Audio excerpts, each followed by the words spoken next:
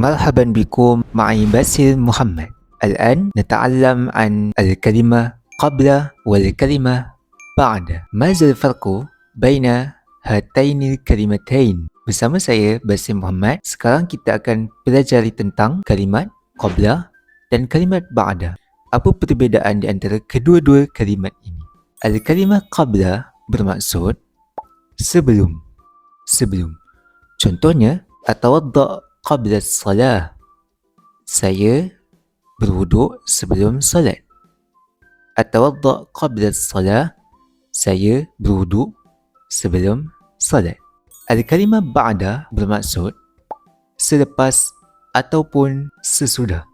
Selepas ataupun sesudah. Contoh ayatnya, aqra'ud du'a ba'da salah. Saya membaca doa selepas salat. Aqra'ud du'a ba'da salah. Saya membaca doa selepas salat. Hal wajadtum syai'an? Adakah anda mendapat sesuatu? A'taqid hadza faqat minni. Saya rasa setakat ini saja dulu daripada saya.